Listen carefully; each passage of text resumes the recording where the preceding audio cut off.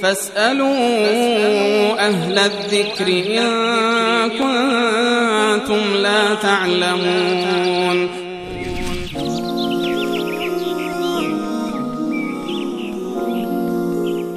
بیننده دیگری پرسیدن که ساختن مجسمه و گذاشتن در خونه حکمش چی است؟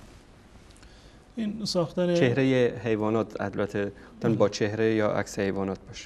مجسمه‌ای که به صورت شکل یک انسان باشه یا حیوان ذی‌روحی باشه یا حتی تصویری که باشه، از نظر شرعی این مشکل داره و در روایاتی اومده که رسول الله صلی الله علیه و سلم فرمودند که فرشتگان در خونه‌ای که در آن مثلا سگ باشد یا این که تصویری باشد، منظور تصویر ذی‌روحی هست، فرشتگان رحمت در اونجا وارد نمی‌شوند.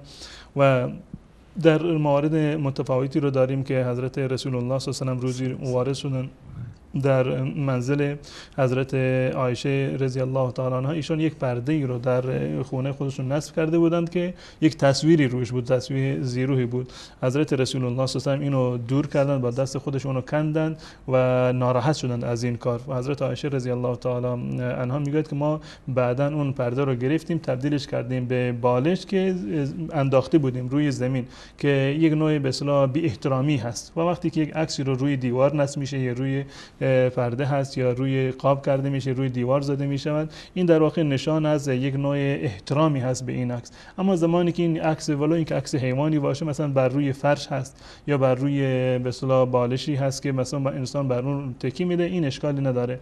و حکم موارد دیگر که مجسمه هستند و برجسته هستند، حکمش دقیقاً هم حکم همین تصویر ذی‌روح هست و این جایز نیست.